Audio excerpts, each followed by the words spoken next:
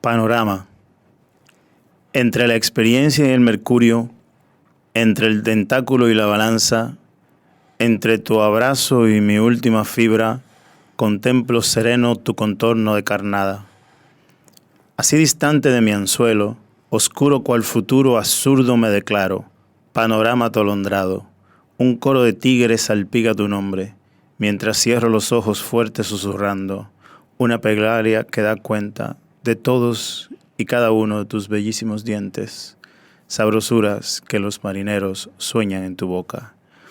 Estás en Bajo Radio, un corito no tan sano. Y en su podcast, La Yola Borracha, en este caso con Duros y Canallas. Duros y Canallas es una idea de Rey Andújar, quien me acompaña en esta noche, debido a la ausencia de Emil Matos, ¿verdad? Viene por no ahí. No debido a, con todo y la ausencia de Emil Matos. A pesar de. Sí, a pesar de. Él viene por ahí, confiamos en que esté de camino, pero entonces, mientras tanto, vamos a ver quiénes son los escritores duros y canallas que Rey Andújar prefiere en ese vasto mundo de las letras. Duros y canallas. Pero duro como una actitud ante la obra de arte. Sí. Duro de intransigente, duro duro con sus principios, un hombre duro, hombres y mujeres duras. Que perduran ante un estilo de vida, una forma de trabajar. Exacto. Y ya canallas, ciertas formas de vivir la vida. Exacto. Y ciertos momentos en la vida. ¿Cuál es el próximo canalla que tú conoces? Canalla, ok. Me cogiste un poco fuera de base. Uh-huh. Pero te puedo repetir un canalla o una discusión que teníamos sobre canalla los otros días y empezar por ahí. Ya que habían hablado de Mario Vargas Llosa, ¿qué tal Alfredo Bryce Echenique? Alfredo Bryce Echenique es un canalla, sí. Un momento canallístico ahí. Sí. No, jugó hace... Bueno, hay que verlo con la distancia. Esto no quiere nada que decir también de... Porque con canalladas es más del estilo de vida. O sea, no tiene mucho que ver con la obra. Sí, yo te iba a decir eso, que es más su estilo de vida, que no tiene nada que ver con la obra. Pero hay escritores que no son canallas, que han escrito un libro canalla. Claro, y han creado personajes canallas. ¿Tú quieres ahí a Pedro Juan Gutiérrez, por ejemplo? Exacto, con su trilogía Sucia de La Habana. Y que todo fue como... Hubo esa cosa de que si él era así, si no era así, si no era así. Yo creo que él fue muy exitoso en crear un personaje canalla. Sí, pero él no es así. No, para nada, pero sí. tuvo tanto éxito que hasta se volvió un poco controversial todo aquello. Sí. Y mucha gente lo quiso leer desde ahí, pero el tipo era mucho más. Y después él insistió en aclararlo y él tiene una gran circulación en Cuba. Lo que pasa es que afuera llegó los bestsellers, ¿no? Lo de la trilogía y todo eso, Sucia de La Habana. Anagrama es que... Anagrama. Pero el tipo en Cuba tiene una serie de textos muy interesantes y hay varios que son ya el escritor hablando de escritura, el escritor hablando de su persona. Hay uno muy interesante que yo conseguí en donde él se hace una entrevista a sí mismo. Uh-huh. Perdón, es como si este hombre... Pedro Juan Gutiérrez le hiciera una entrevista a Pedro Juan, el personaje. Ok. Y conversan muy bien. Conversan muy bien. Es un libro arriesgado, son cosas que yo todavía no me planteo como narrador, uh-huh. pero que las veo en el interesante. Entonces sí, cuando hablamos por ahí. Bryce Echenique crea ese personaje canalla, uh-huh. o crea un personaje medio canallita, ese, tú sabes, Martín Romaña. Uh-huh. Pero después él se puso a bregar con una cosa de plagio y todo eso, qué sé yo, entonces como que se vuelve un poco canalla. Sí. Y hubo como unas indelicadezas también, que van más allá de la simple... del simple chisme, ¿no? Uh-huh. Entonces, pero en ese punto, o llegados a ese punto, hay que ver algo que... Espérate, ajá, pero no te apresures tanto con la lista. No voy con la lista. La lista apresuran a uno. No, mira, no era una lista. Te iba a decir... Tú eras un canalla. El contexto. Tú eres un escritor canalla. Eras. Ya no, ya tú eres un funcionario público. Tengo que coger un break ahora. Tecnócrata, por favor. Funcionario tecnócrata, sí. pedestre. Sí. Ahora échame la vaina a mí, dime, me asombra que tú, un tipo tan refinado, utilice... Sí. No, lo que iba a decir era que Pigli hace una buena distinción entre esa cosa de que son canallas, que la vida de un escritor importa para leer su obra. Sí. Que muchas veces uno se hace unas construcciones sociales de cómo se ve al escritor en la sociedad. Y eso aleja a la gente de la obra o la condiciona a la lectura cuando se acerca a la obra de ese escritor o escritora. Entonces él decía como que, pero es que si nos llevamos de lo que hacen los escritores, de lo canalla que son, sí, no va a quedar muy poca literatura para leer.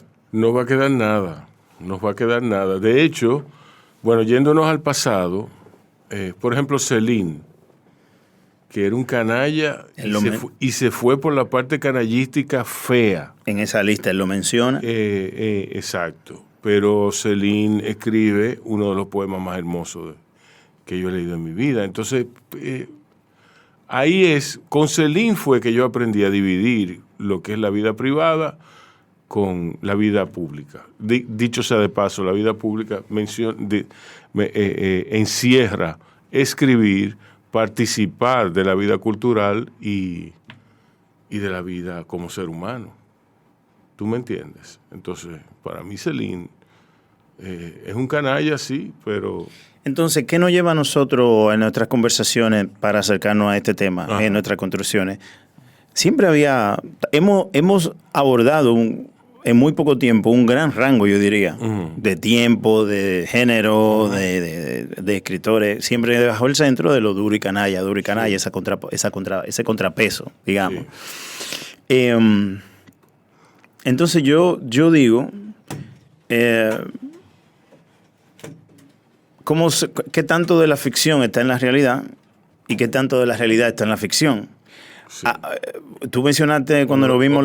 Honoré de Balzac decía, esta historia es totalmente cierta por cuanto me lo inventé de cabo a rabo. Sí. Entonces esa ficción que se construye alrededor del escritor y no de la obra, o de la escritora, ¿no? La ficción que se crea, por ejemplo, Aida Cartagena Portalatín, difícil. ¿Verdad? Sí. Pero difícil, ¿por qué? Decían que ella era difícil, ¿por qué? ¿Por qué era callada? Parece que no, callada me dicen que no era. Eso tendríamos que invitar a Ilonka un día a hablar un poco de eso, Ilonka Nasidi Perdomo. Yo lo estaba pensando en tratarla. Sí, porque ella no puede dar porque es una actitud. Gente me habló de ella, sí. Creo que Aurora Ari alguna vez me habló de ella. Creo que Pedro Antonio Valdés una vez me habló de ella. El mismo José Alcántara Almanzar me hablaba de ella, de su temple, ¿no? Pero leyendo las entrevistas, es muy fácil para mí darme cuenta de que es una persona un poco, tú sabes. Pedro Pey, ¿duro o canalla? Duro y canalla. Canalla en ciertos momentos, ¿verdad? Sí. Duro. Y duro. Vigilio Díaz Grullón, duro. Duro, no canalla. No canalla. No. Es un buen ejercicio ese de crear ese personaje vicario que escribe. Kiani Antigua. Habíamos hablado dura. Kiani es una escritora muy interesante porque es una escritora de oficio. Ella se ocupa de eso. Sí, ya es un oficio. Sí. Se ve el taller. Hay escritores que son así, que es valioso. Y en mi parte personal, son de esos raros casos de escritores que te dan un libro, escuchan el feedback y cuando tú lo lees de nuevo, te emociona ver cómo crecen. Como un escritor que tú te gusta, crece. Sí. Yo no solamente por Kiani, yo siempre he dicho esto, por ejemplo, de Hecho en Saturno, con Rita Indiana. La dupla que hace... Sí, Hecho en Saturno pertenece a una trilogía. La segunda parte de la trilogía de Rita, es muy bueno verlo así, ¿no? Nombres y Animales, Omniculé y ya Hecho en Saturno. Para mí eso es una trilogía. Sí. Pero interesante que se vuelve dupla porque después aparece, yo lo pondría así, una trilogía diferente o paralela a las trilogías de ella. Recapitulo, ya que estamos aquí. Las de la niña mala al principio, con Papi, Chichueca.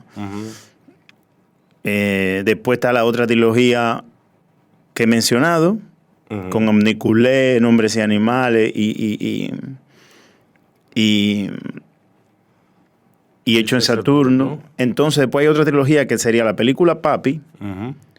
Yo pondría en otra trilogía la película Papi y el proyecto ya del juidero y todo eso. Yo lo aglomeraría ahí. Sí. Hecho en Saturno, de nuevo.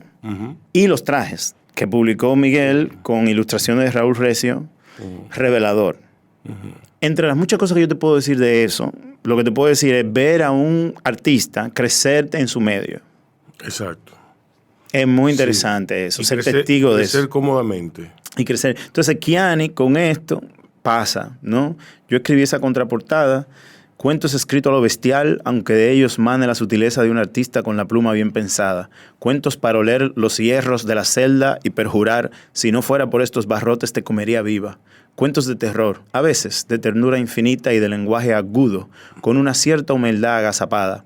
Cuentos breves como balas, como besos de carne fantasma para aquellos que llevan anotaciones. Kiani nos muestra formas de hacer surcos en los límites de la escritura, en la posibilidad de suplantar, de amar, de ser y estar, no como acrobacia, sino como indagación en los vértigos, los vacíos, en la felicidad del desequilibrio. Cuentos fabulosamente verdes, fabulosamente hilvanados para degustar a dentelladas secas. Inque por ahí. Bestezuelas, consíganlo, Kiani Antigua, no, son de esos cuentos que no decepcionan. Pero entonces yo tengo por ahí, dijimos Kiani Dura, entonces dijimos Miguel Yarul. Sí, Kiani es dura y no es canalla. Ella a veces se pone medio canalla. Se pone medio canallita. Sí, pero no es canalla. Pero es su naturaleza, todo eso escritor, para ser artista y escritor hay que tener un chin de veneno.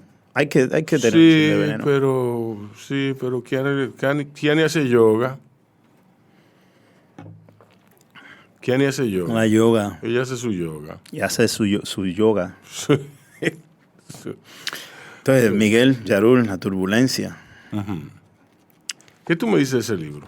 Del libro te puedo decir que es inteligente y que está bien escrito. Y que funciona. Y puedo ver lo que él trató de hacer y le quedó bien. Sí. Me gusta cómo jugó con lo... Me gusta cuando los escritores se ponen en cosas peligrosas. Habíamos hablado la semana pasada de los pies de página. Sí. Trampas peligrosas donde las haya. Sí. Lo usa bien Pedro Cavilla en sus 2 primeros libros de cuentos, Sí. que son reveladores. La vaina de las historias atroces y las historias tremendas. Óyeme, Cavilla, ahí en los 90, revolucionar el cuento caribeño. No voy de aquí a allí a decirte eso. Y yo tengo como... Hubo un libro que yo leí que tenía un prólogo tuyo también, de un boricua. ¿Cómo era que se llamaba ese libro?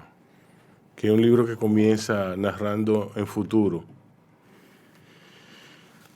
¿De quién será? ¿De cuento era? Sí, de cuento. ¿Será de Carlos Vázquez Cruz? Sí, de Carlos Vázquez. No, de Vázquez.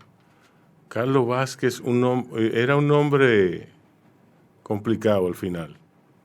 ¿Quién será? Que tenía un prólogo tuyo. Sí. ¿Quién será? Pero, sí, pero... Miguel Yarul, buen escritor, buen creador de espacios. Sí.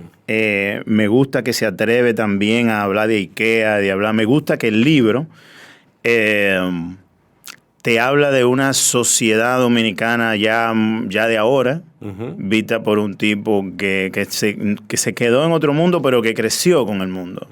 Es un tipo que está armando un mueble de IKEA y tratando de reivindicar su masculinidad desde ahí. Hay otro que lo están atracando y no hay una vaina muy chula, porque es que el deseo que no quiero que me atraquen, pero me están atracando. Cuestiona la supuesta masculinidad de este nuevo neodominicano que trabaja y de que ayuda, y estoy haciendo la signo de comillas, ¿no? Sí. En la familia, ¿no? Ese dominicano que está aquí pero que también se quiere ir. Hay un cuento que se llama Rapsodia Millennial, que es muy bueno, porque es un chamaco, un señor ya como nosotros, que se da a una amiga de una de las hijas. Y, Wow. y es una noche de jangueo con ese coro, ya un hombre mayor. Sí.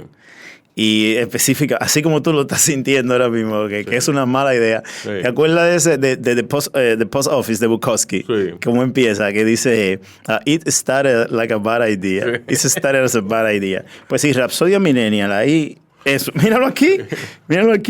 Esto es una mala idea. Suspenso, muy bien. Sí, genial. Hay momentos que pongo genial.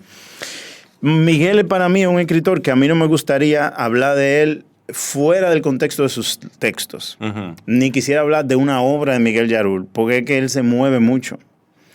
Pero de turbulencia... Sí, pero Miguel Yarul es un tipo plain, es un tipo tranquilo. Miguel Yarul es ingeniero.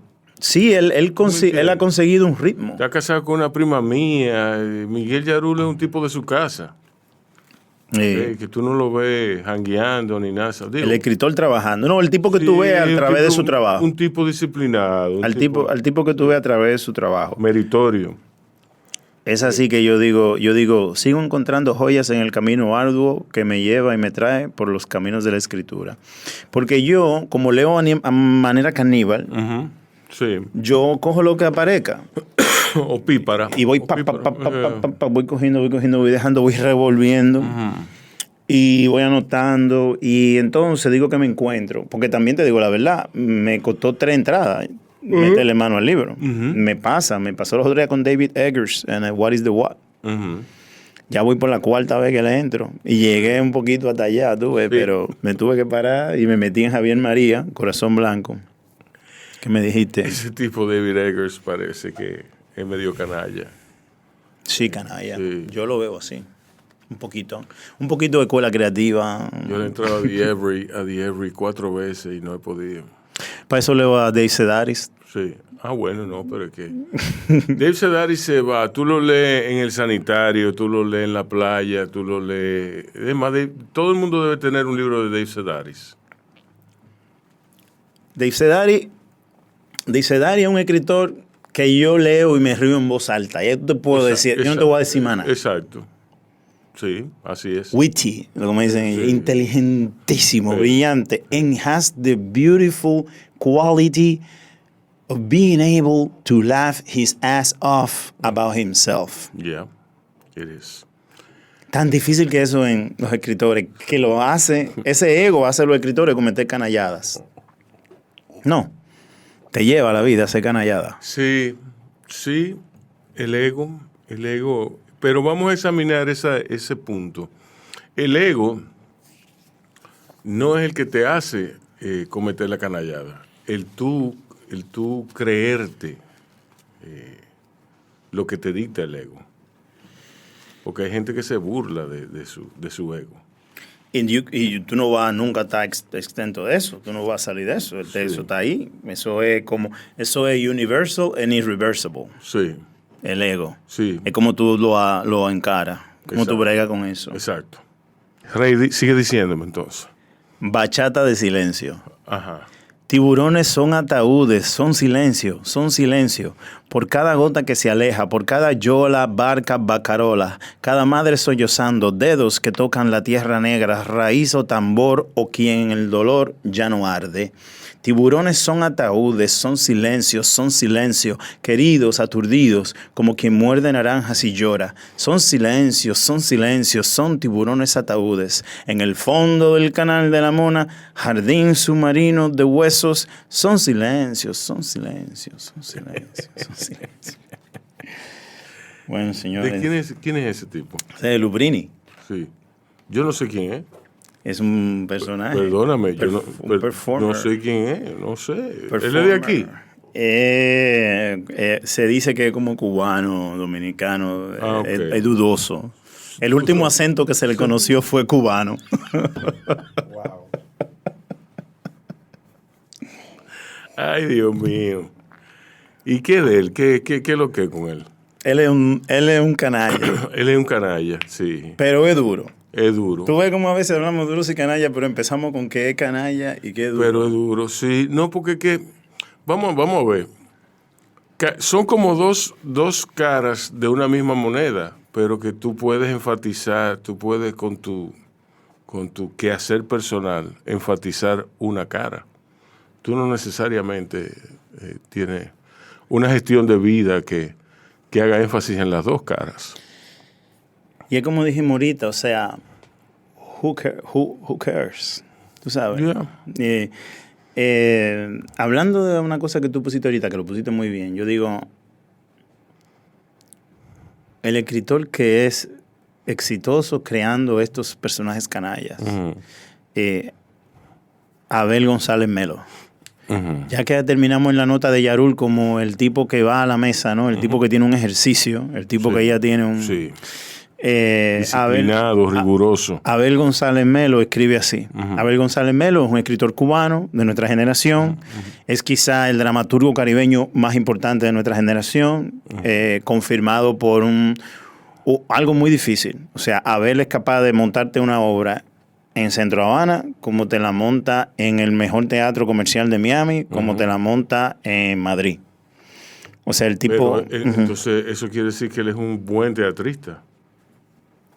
Es un buen teatrista, dramaturgo, donde los haya. Entonces, tirado a la calle con personajes difíciles. Un hombre bravamente inteligente. Yo he tenido la oportunidad de conocerlo a partir de su colaboración con el Teatro Aguijón de Chicago. Es artista asociado del Teatro Aguijón de Chicago. Hizo una obra ya hace como... Yo creo que fue saliendo del COVID. Se llamaba Kiev.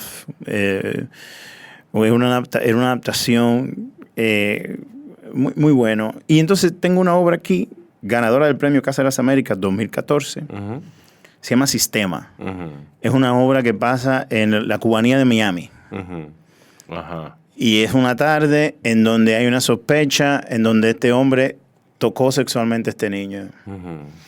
Entonces, hay ese drama de sábado por la tarde. Sí. Y ese drama, claro está, como hace Yasmina Reza, expone a gente que supuestamente está muy, muy cercana. Sí. En este caso, en el de Abel González Melo, que lo une un asunto cubano muy interesante de poder exiliarse, esa comunidad en Miami y todo eso. Tú dices como Yasmina Reza en Carnage. Sí, o en Art. También, o sea, te lleva gente que supuestamente está ligada a algo, está ligada por algo.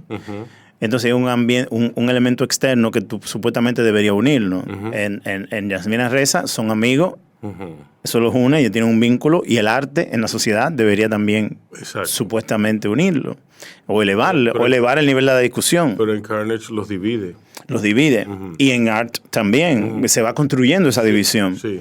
En Sistema de Abel González Melo se va acentuando. O sea, es una pieza de muchas capas, tiene mucho de cinematográfico y mucho de ese conflicto político ideológico que no solamente define la situación, el caso cubano, sino todo lo que es Latinoamérica hoy. La veo, la anoto, la leí en Miami, aproveché un layover. Ya tú, como te dije, un lector caníbal y también obsesivo. Sí. Y te puedo decir eso. Los personajes de Abel González Melo son muy canallas. Ese personaje que él dibuja y que te hace dudar a veces del tipo si violó al niño o no, si lo tocó o no. Sí. Pero a veces también te hace ser cómplice con él porque dice, tú no tienes suficiente prueba para hacer la cosa que tú estás haciendo. Entonces ataca el sistema norteamericano, ¿no? Sí. Y por ahí es que se llama esa obra Sistema. Conocí a Abel leyendo una antología muy buena del Instituto Cubano del Libro que se llamaba Los novísimos dramaturgos cubanos, la dramaturgia cubana de hoy. Y la dramaturgia más o menos de los 90 y los primeros 2000, la primera década de los 2000. Excelente. Pedro Enrique Ureña me había dicho duro, ¿no? Duro, nunca canalla. Nunca canalla. Nunca canalla. Nadie puede decirme a mí que él era un canalla. No, para nada, ¿no? Para nada. No. Es un hombre elegante y exquisito en el trato también. Exacto. Tú sabes que, y vamos a llegar ahí. Eso no importa mucho, ¿eh? O sea, para ponerlo para hacer la proporción, pero para hacer la dimensión, para construir ese dimensionar, decir que él era un caballero no tiene nada que ver con un canalla. No, pero no estoy hablando en generalidades, sí. Estoy hablando en el caso específico de él. Okay. En realidad. Y lo digo pensando en que es de esos escritores que tú lees cosas aleatorias de ellos y tú ahí es que cae. Y vuelvo a poner el ejemplo.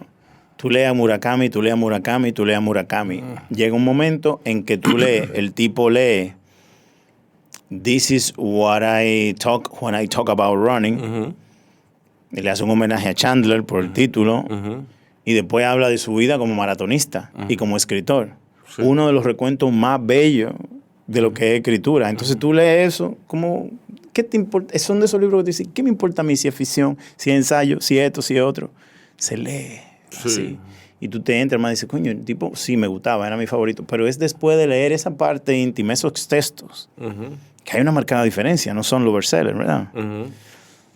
¿A partir de qué año se da la emergencia del ensayo personal, del ensayo de vida, del ensayo de historia, personal story? Yo lo distingo como mediados de los 90, con Jonathan Franzen y su How to Be Alone. Y David Foster Wallace, yo iba a decir también. Y David Foster Wallace, pero hay otro escritor que fue el que destapó la caja de Pandora, que fue el que escribió Running with Scissors. Sí, me acuerdo de eso. Que dicho sea de paso, se inventó muchísimas cosas. Y este tipo, el de Million Pieces también, ¿te acuerdas? Exacto. Que es un fenómeno muy gringo, muy norteamericano. Sí, Martinamis, sí. y digo, vaya, él es inglés, pero cuando escribió ese Morning in America, something like that, es un libro bastante cínico. Yo enseñé ese libro en algún momento porque me interesaba ver cómo ese tipo venía y describía los Estados Unidos. Ese libro, te iba a decir también que es un libro también de viaje un poco, hablando de Kerouac. Sí. Voy a escribir lo que veo en el camino. Exacto. En la tradición de Eugenio Montale. Hay una tradición. Exacto. Te iba a decir Anthony Bourdain, entonces. Exacto. O sea, ese libro... sumamente canalla. Sumamente canalla. Y bien escrito y duro. El de la cocina, o sea, es un libro al que yo retorno. Sí. Yo retorno y retorno por la manera en que está escrito, por el ritmo que lleva, que no te importa si es verdad, si es mentira. Además que es verdad, todo escritor es un exagerado. Sí. Que es verdad. O a plain liar. Y sin embargo, entonces tú vienes, en esto te estoy diciendo, o sea, muy chulo eso como tú lo traes.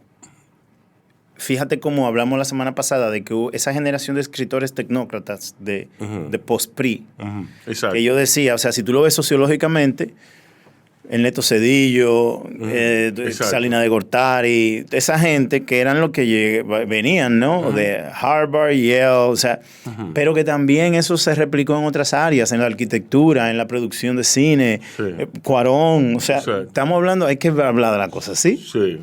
Lo único que el arte siempre de lo bueno y de lo malo. Se va a tomar un poco más de tiempo. Exacto, sí. Hay otro lenguaje. El arte no está sometido a los vainas políticos, a los tiempos. Los libros de estadística ni nada. Exacto. Pero entonces tú tienes Jorge Bol. El GDP durante el periodo de... No. Mira, el mismo Bolaño. ¿Qué? Que se crea por ese... Yo te iba a mencionar Los Detectives Salvajes, que está lleno de personajes canallas. Y ahí íbamos, y él era un duro. Y yo no creo que era un canalla. No. Yo no diría que era un canalla. Él era un hombre enfermo. Súper inteligente. Sí. Un hombre muy abierto, muy sensible, muy inteligente. Esa otra idea del escritor maldito, que qué sé yo. No sé, porque como le fue tan bien con Houellebecq, vendiéndolo así, bueno, habíamos hablado temprano de Pedro Juan Gutiérrez. O sea, hay muchas cosas que Pedro Juan Gutiérrez juega al juego. O sea, ponte en cuero ahí que te voy a tirar una foto, le dijo el fotógrafo alemán. Sí. O sea, eso es un secreto. Exacto.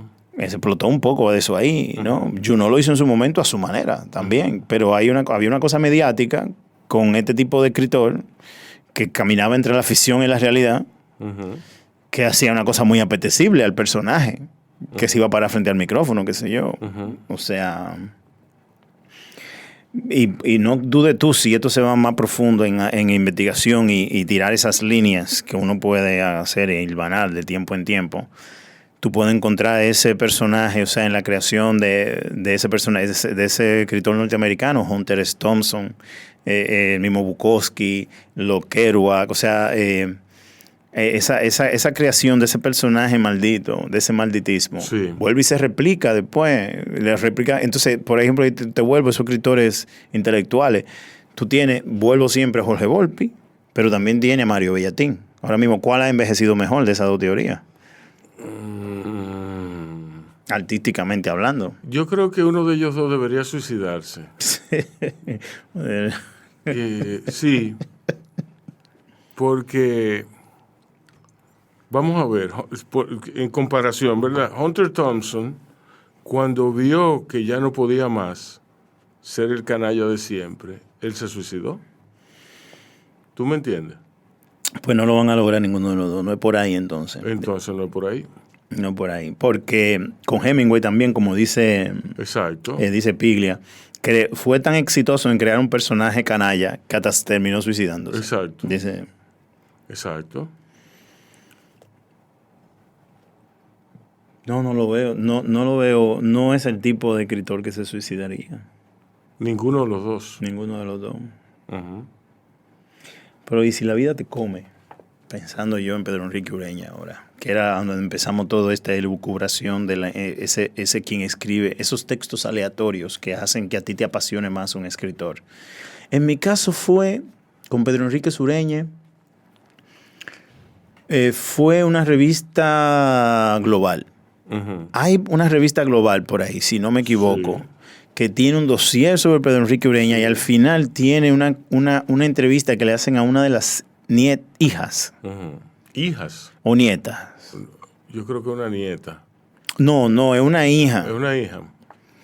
Es una hija que, porque ella dice, que algo que me interesa mucho en el texto, que dice, como la que le hace la entrevista, le dice, que su madre, puede decirse que era una mala madre, qué sé yo. Uh-huh.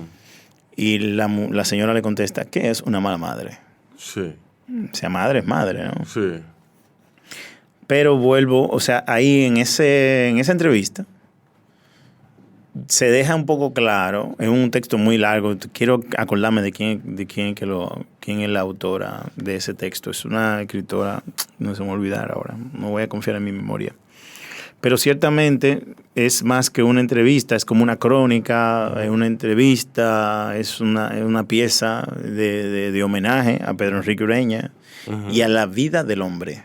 Sí. La cosa que tuvo que pasar, como los trabajos de mudarse de México a Argentina, de tratar de volver a su país, pero no poder hacerlo. Uh-huh. Trabajar, solamente supo trabajar y al final trabajando dando clases en un liceo.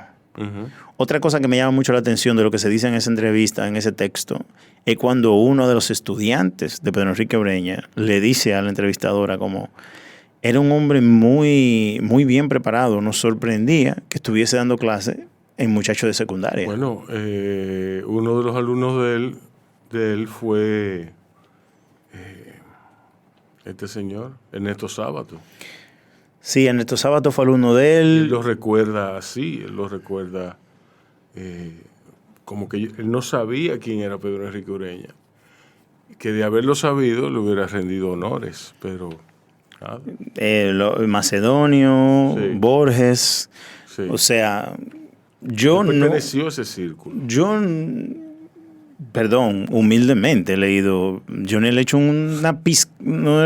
no he hecho coquilla a la obra de Pedro Enrique Ureña. Sí. Pero me apasionaría ver ese trabajo de ver cómo nosotros, o sea, nosotros, en el universo dominicano, Uh-huh. en el Caribe. Nosotros deberíamos tener a Pedro Enrique Ureña en el mismo pedestal que se tiene a Borges allá, en Argentina. ¿Tú me entiendes? Pedro Enrique Ureña debería ser marca país. Sí. Pedro Enrique Ureña debería tener un puesto honorífico en las academias aquí. Debería ser más accesible, debería ser enseñado diferente. No creo Exacto. que sea porque tenga una formalidad alrededor de su obra. Yo creo que simplemente es como dijo una vez Miguel de Mena, cuando él se refería a la obra de Pedro Enrique Ureña, le decía a otra persona, ¿no? Uh-huh. Le decía, ¿por qué no te enfrentas a los textos? O sea, no me interesa nada más en ese momento Uh-huh. de Miguel de Mena, en ese momento. Pero me interesa cuando él dice, deberías enfrentarte. Porque me gusta como él habla Uh-huh. de esa obra. O sea, no es deberías leerte esa obra, deberías de estudiarte esa obra, sino que él dice, deberías de enfrentarte a esa obra. Porque, y esto me lo estoy ya infiriendo, lo estoy infiriendo yo. Fíjate que cuando tú dices enfrentar, es como que tú tienes que, you have to humble yourself in front of this. Entonces, la lectura de este tipo, tú vas a decir, este tipo es brillante. Y es mío, o sea, yo mismo, es mi sangre, mi vida, mi caribeñidad. Uh-huh. Y es brillante. Entonces te exige ser brillante. Cierro con esto diciendo Sí. que dice el mismo Pedro Enrique Ureña en una carta, que creo que está, mira, es una cita de ese mismo texto. Yo creo que un estudiante se refiere a él que le presenta un trabajo de final de grado y ciertamente le faltaba cubrir ciertas áreas, ¿no? Y cuando el maestro le dice al estudiante eso, el maestro, Pedro Enrique Ureña, termina diciendo, hay que agotar los temas. Tenía cositas así. También decía, el error no hay que defenderlo porque solo se desbarata. Cositas así, Pedro Enrique Ureña. Vuelvo y digo, es más que esto. Da gusto empezar a leerlo. Es un escritor duro. Cuando hablamos de dureza, recuérdate que hablo de una actitud hacia el arte. Cuando hablo de canallas, recuerda que hablamos sobre ciertas formas, momentos, ciertas actitudes hacia la vida, ciertas formas de vivir. Seguimos con Duros y Canallas en la Yola Borracha de Bao Radio. Un corito no tan sano. Bien. Duro, duro, duro. Sí, canallas. Háblame de Javier María. Javier María no es un canalla. No, no es un canalla. Lo leyeron como si él fuera un canalla. Ajá. Porque a veces la inteligencia, si la ignorancia es atrevida, Es canallesca. a veces la inteligencia puede ser canallesca o puede ser percibida así. Sí. El último habitante del planeta. Entre nosotros y los salvajes defínanse los sueños. Rombos que quiere quedarse en sombra de un pez. Verbo, garra y arboleda. Hay tantas leyes y días de gastar. Grita el pez rompiéndose en rombo que vuela boquiabierto, mostrando con orgullo al viento su mitad. Hay tanto que se rompe, como tú y como yo o lo que éramos. Hay tantas piletas vacías. Hay tantas cosas que quiero olvidar. Wow. Es duro. Lubrini es duro. Sí. Nada, Javier María, pues yo leí el texto ese de los algos del lobo. No sé si es los principios del lobo, las cosas del lobo, no sé. Pero de él me gusta más esta trilogía que tiene, la de Tu rostro mañana. Me gusta mucho el personaje, un escritor scholar, que su tema siempre me impresionó mucho, que fuera un madrileño o un español que hablara sobre Gran Bretaña, ¿no? Y que trabajara allí, que hiciera su trabajo de espionaje allí, ¿no? Me gusta mucho también espionaje. Ok. Es un scholar que dio clases en Oxford, ya no da clases, estaba trabajando para una editorial, me parece que trabajaba en ese momento para la BBC, trabajando con la programación en español de la BBC, y es reclutado. Es reclutado para trabajar en el MI6. Lo mismo que era como un James Bond literario. Entonces él la escribe así, a los James Bond. Sus novelas rimbombantes, muy inteligente. Tú oyes mucho de ese personaje. Creo que es muy acomodatísimo y muy bueno que él usa un personaje que ya es un scholar, a quien tú le puedes creer ese tipo de cosas. Sí. No es snobby, pero es un personaje, fíjate, canallita. Canalla. Para ser espía debe ser un poco canalla, ¿no? No. ¿No? No. No creo que entre. Yo, que soy un vasto conocedor de las lides del espionaje, puedo decirte que no. Sí. El personaje tiene el personaje Jacques Deza, Jacobo Deza, que es el personaje que se vuelve espía. Es un tipo muy inteligente, está siempre en el medio de las cosas, describe pero no juzga mucho. ¿En qué año se desarrolla? Estamos hablando de la época en donde el internet tú tenías que conectarte a una línea telefónica. Okay. Digamos, a finales de los 90. Sí, finales de los 90. Habla muy sociológicamente de lo que está pasando en España, de ese fascismo, neoliberalismo y las falsas izquierdas. Habla mucho de eso. En la sociedad, como resultado de las guerras recientes, digamos, los conflictos como la Segunda Guerra Mundial y eso. Y es un mundo que se mueve en eso, entre esos scholars, tanto de la Academia Española como la Academia Inglesa, y el mundo del espionaje fino, un poquito peligroso, pero también a un alto nivel. Creo que son novelas escritas a un alto nivel y se leen muy rápido. Algo así como un white collar espionage. Sí, pero está bien escrito. Vuelvo y te digo, a veces puede ser un poco pretencioso. Exacto, puede pecar de eso. Pero yo entiendo que él está construyendo un universo, porque son tres, es una trilogía, son novelas grandes, son de gran aliento, ¿no? Y Javier María, vuelvo y te digo, o sea, mucha gente le cayó, le pudo haber caído pesado, qué sé yo, como Sol Bellow en su momento. No, Sí. quizá, exacto, pero no es por... Estoy seguro de que por razones distintas. Sí, son tipos muy inteligentes que son expertos en lo suyo, viven en su mundo y ciertamente tienen un grado de atención en una sociedad en donde la literatura, si no muere, es muy precario el nivel de... Sí. Entonces él llega a ser un bestseller y una persona conocida en el medio, o sea, una figura pública, Javier María, digo, sí. En medio de una crisis en la industria y de una industria que muere, que transiciona. Estamos hablando, él es un escritor de esa transición. Sí. Y la describe muy bien. Bellow quizá tendía a caer mal fuera de los círculos no judíos. Acuérdate que a él le gustaban mucho los gatos. ¿Tú me entiendes? Sí. No sé, me parece muy apropiado por lo descabellado que es la comparación. Bueno. Y Enrique Vila Matas, ya que tú estás hablando de Javier María. Sí, exacto. ¿Tú crees que es canalla? No. No, exacto, un tipo que te puede dar esa impresión si tú no vas en esa vía. ¿Tú ves? Exacto. Pero después que tú lo lees y te das cuenta, el tipo lo que es witty, es un pana tuyo inteligente que te va a hacer cuento, que se acuerda de cosas que tú no te acuerdas. El pana de buena memoria y de buen sentido del humor a quien tú siempre recurres y descansas en él para mantener la fiesta caminando. Y se sale con la suya. Se sale con la suya. Se sale con la suya. Fíjate, ese escritor que crea un personaje y él sí es uno de esos que juega con esa cosa de que tú no sabes si es él o no es él, si es verdad o es mentira. Sí.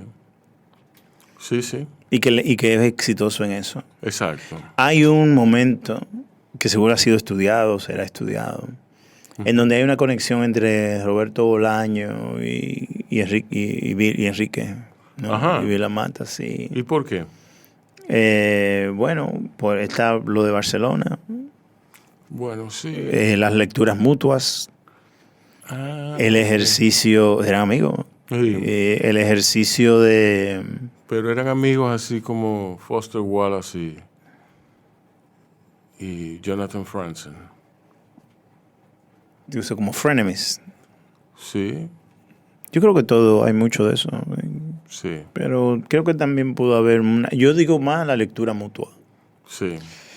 Yo digo más la lectura Hay una mutua. película muy mala sobre la vida de David Foster Wallace. Sí, es mala. Sí, anda por ahí. Sí, es con este tipo, Jason, el cómico este. Sudeikis. No, Jason Bateman. Ah, Batman. No. Jason Bateman no. Es un tipo que hace como de pariguayo en muchas películas, que trabajaba en How I Met Your Mother. Okay. En ese sitcom. Okay. Entonces él con la melenita, el headband que usaba Foster Wallace parece una muy pobre rendición. ¿Tú me entiendes? Entonces, no sé. Y además es con Jesse, con este tipo, Jesse, el que trabajó en la película de Batman vs. Superman, el que hace de Lex Luthor. Ay, no. Jesse algo. Terrible. Sí. Voy a buscar todo eso. Bueno. Carmen Minberg-Brugar.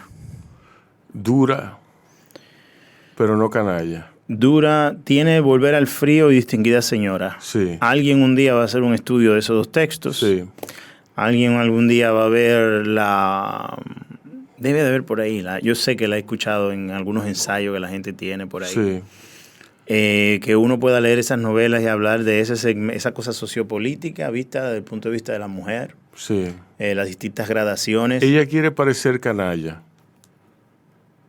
Sí, y más en la literatura. Sí. Es de esos escritores que yo pienso que debió haber escrito más. Exacto. Con todo lo que debería escribir más. con Ella todo está lo que la viva. gente publica por ahí, es una gran narradora, son novelas cortas, novelas muy duras, novelas muy claras, muy buenas. Sí, diáfanas. Para mí es un Muy oasis. transparente, sí. Para mí es un oasis. Por ahí mismo está Mónica Volonteri, Mónica Volonteri sí es dura y canalla. la dura y canalla. Sí. Ese poema de ella de la Gómez bajando. Canalla, Sí, épico, eso, canalla. Tiene esos personajes que crean su versión, que fue lo primero que yo leí de ella, Exacto. un esfuerzo que se hizo en Editorial Van Gogh. Ujú. Marcó mi escritura, Sí. esa relación. Sí. Son esos momentos que tú dices que el universo, hay un conflicto Sí. en el universo, digamos que chocan dos fuerzas en el universo y el rastro, la arenilla que queda de eso. Yo soy parte de eso, porque Mónica es una gran lectora también. Sí. Lee como una canalla. Sí. Tiene una cosa que hace de Sandro, también muy buena. Sí. Y lo del médico de la Patagonia. Sí, el médico de la Patagonia es especialmente visceral. Porque ¿Tú crees que ella tenga algo, que el Caribe le haya hecho algo a su manera tan porteña, tan argentina de narrar? Sí, yo creo que sí, porque la manera de ella no es porteña del todo.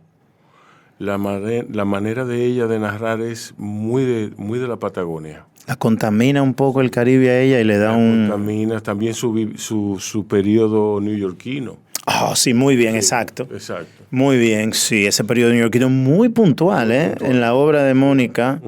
Y se ven entonces en el último libro, en el de la Patagonia, y crea esos personajes que crea, ese personaje, esa cosa sexual de ese personaje, de ese Nueva York. Muy bien por Mónica Volonteri. Sí. Cuando yo hablo de estas cosas, señores, la gente que está como nosotros, ¿no? Que le interesa la literatura y eso, uno se duele un chin porque estas son cosas que uno podría tener una librería y ir a buscar esos libros. Uno debería poder tener esas cosas accesibles Exacto. y hablar, porque hay gran literatura hecha aquí, hecha cerca.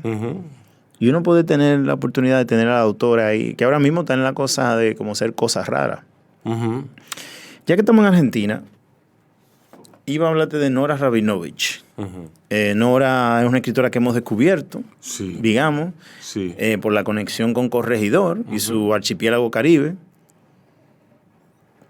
Ese interés que ahora mismo ha generado la editorial Corregidor por textos del Caribe, empezando con Rodríguez Juliá, lo que ha hecho con Marcial Gala, Sí. eso Eduardo Lalo, premio Rómulo Gallego, con Simón. Ese libro a mí me interesa mucho. Sí, pues Madre Robot es un libro muy bien escrito. Es esta crónica de esta madre enferma. Para mí es una novela un poco, ¿cómo que se dice cuando tú te inventas toda la enfermedad de Hipocondríaca. Es una novela hipocondríaca, habla de eso. Dice, Madre Robot tiene 3 bastones, uno de madera común, uno plegable que lleva en carteras y bolsos, y el más elegante de madera labrada y cabezal de bronce. Cuando usa cualquiera de ellos suele dejárselo olvidado por ahí, en el supermercado, apoyado en la góndola de las latas y conservas, o en la mesa del bar en el que acaba de tomar café, o en el mostrador de la farmacia. Siempre, Madre Robot vuelve a los pocos minutos a recuperarlo y siempre lo encuentra en el mismo lugar en que se le olvidó. Ahí, en el pasillo de los palmitos y las arvejas. A nadie le interesa robarse un bastón. Es verdad. De la misma forma que a nadie le interesa robarse un libro aquí. Sí, hay que hacer más. Yo no veo, no sé. Yo sé, y hay esfuerzos, es lo que dice los otros días. Hay esfuerzo. Mamey es como un sueño. Deberían haber más Mamey. Hay que hacer una campaña para que haya más Mamey. Eso está dudoso, pero está bien. Yo lo voy a coger por el lado amable. Exacto. Sí. O libros en la salida de los supermercados. Tú sabes que siempre cuando tú pagabas, había ahí un estante. Sí, pero hay estantes de libros. Así Y lo que es más, encuesta, ya que mencionas a Mamey, encuesta hacen de vez en cuando el gran especial de libros, donde todos los libros son a 125 pesos. También Eso es como, para salir del excedente del sí, inventario. pero uno se beneficia. Sí, sí. Quizá a veces no pensar en el concepto librería como tal, sino ya empezamos a ver el Exacto. concepto como las tiendas de celulares. Por ejemplo, hay kioscos de celulares, Sí, kiosco de libros, sí. librería movible, como truck, como food trucks. Yo pensaba hoy, es que para eso hay que tener un will, una voluntad demasiado grande, algo de plata y un poco de cuero duro. Sí, Porque aquí, pero por ejemplo, hay gente que te apoye. la crítica que se le hace a cualquiera que levante la cabeza en pos del libro, ¿no? Es un riesgo. Sí. Hay que tener el cuero un poco duro para bregar con eso. Sí, hay que tenerlo duro, hay que tenerlo, el cuero y otras cosas. ¿Con quién vamos ahora? Vamos a hablar de feminismo de Abigail Mejía, que yo digamos Sí. que es dura, Abigail, porque le tira duro, o sea, ahí no hay tu tía. Sí. Ella le tira duro. Y entonces ahí volvemos a lo del duro. Duro, una actitud hacia el arte. Canalla, cierta forma de vida. Exacto. A veces con tu literatura tú tienes que ser un poco adusto, un poco fuerte. Yo voy por ahí, por lo de Abigail Mejía, de contestar en el libro. Uno se ve muy tentado ahora en las redes sociales a contestar muy rápido, a contestar por las redes. Sí. Yo soy de lo que creo que hay que contestar con la obra. Mira, con las redes sociales ocurre lo siguiente. Hay una tradición contestataria de controversia pública. En esa tradición está, por ejemplo, a quien yo ubico más fácilmente, por ejemplo, está en la lengua, en el inglés está Christopher Hitchens. Ajá. En el italiano está Pierpaolo Pasolini, Bertolucci, el papá, y Bertolucci, el hijo. Jean-Luc Godard. Jean-Luc Godard, en francés. Y bueno, hay toda una serie de personas, de periodistas, de escritores, de artistas, de creadores, que se dieron a la tarea de llevar su controversia al foro público, de llevar su problema al foro público. Aquí tú no puedes hacer eso. Aquí antes se podía. Antes se podía, me refiero a la época de Fernando Arturo de Meriño, ¿tú me entiendes? Donde había una constante discusión en la prensa de temas de interés sociopolítico, cultural, de toda índole. Actualmente eso se ha perdido aquí. Y ya el asunto de las redes sociales, que es el foro ideal para tú discutir las cosas relevantes de la cultura, se ha convertido en un gallinero. ¿Tú me entiendes? Una olla de grillos.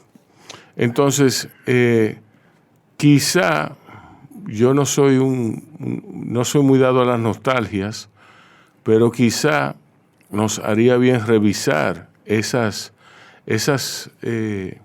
deposiciones elegantes de esos escritores que llevaban una vida. Tú veías a Pasolini sentado con Bertolucci, el padre, tomándose un pernón en la tarde. Y tú decías, pero yo no entiendo estos sujetos. No lo entiendo, porque digo, quien los leyera. Creía que se están matando. Exacto, desnucándose en la prensa, los veía tomándose un pernón en la tarde. Ese es elevar el nivel de discurso. Porque lo que tú estás diciendo... Tú sabes que no es personal. Exacto. Tú sabes, lo que tú estás diciendo a nivel de las redes, ¿verdad? Adolece también porque el problema no es unilateral. El problema tiene varias aristas. O como se dice últimamente, que se está usando mucho y que me encanta, tiene distintos fractales. ¿Ah? Bueno. La caja de medir fractales es un libro de un amigo mío, el doctor Rosa, el hijo de Ángel Rosa. Me voy a recordar luego, ¿no? El apellido. Eso me acuerda, perdona, la digresión, perdona. Jochi Herrera, ¿qué tú crees de él? Jochi Herrera tiene una manera muy interesante de hacer preguntas. Sí. Yo pienso que ahí es que se basa su literatura. Sí. Es un hombre muy exquisito. Sí. Se aprende mucho con él. Y sus libros, yo digo, cuando yo hablo de Jochi Herrera, yo siempre he hablado de que leerlo a él es como el arte de conversar, que escribir es el arte de conversar. Exacto, Y pero él me viene a la mente a la hora de que tú dices elevar la conversación. Elevar la conversación, ¿por qué? Sí. ¿Por qué?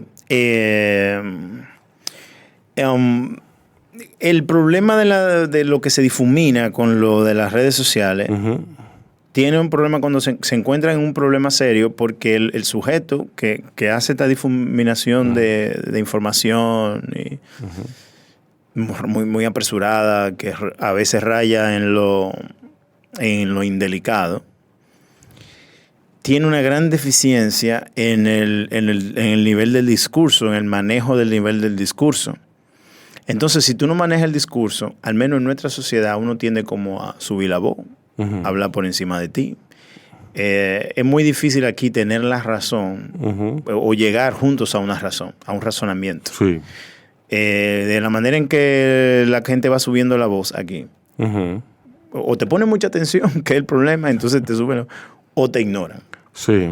Entonces es muy difícil llegar a una conversación, entender que podemos ir por caminos distintos. Sí. Pero simplemente... Abordar un problema por un camino distinto. Y abordarlo juntos. Y quizá yo estoy equivocado y sí. podemos seguir adelante. No, te cancelo. Sí. Y sufrimos de eso. Sí. Yo creo que por el miedo... Te cancelo, te ninguneo y te anulo. Y te borro, perdóname. Es muy difícil tener conversaciones aquí con gente. Explicarle que quizá a ti no te gusta una cosa, poder vernos juntos. Quizá puedo regresar y decir, mira, me equivoqué aquella vez. Hablé con fulano y él me hizo entender y yo entiendo la idea. Contrale, gracias, te agradezco, seguimos trabajando. Estamos aquí para aprender, no para... Y de la discusión y del conflicto que tienen que salir las cosas interesantes. No van a salir de que tú me des like. Sí, exacto. Exacto. Philip K. Dick. No, ese era canalla, ese era duro y ese estaba más loco que el diablo. Bien loco, bien canalla, bien duro. Lleva un estilo de vida.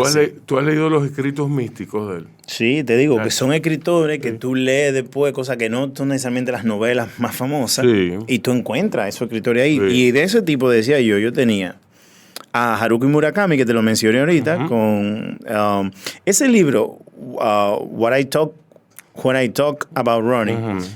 Fue tan exitoso que él lo revisitó 10 años después y escribió When I Talk About Writing.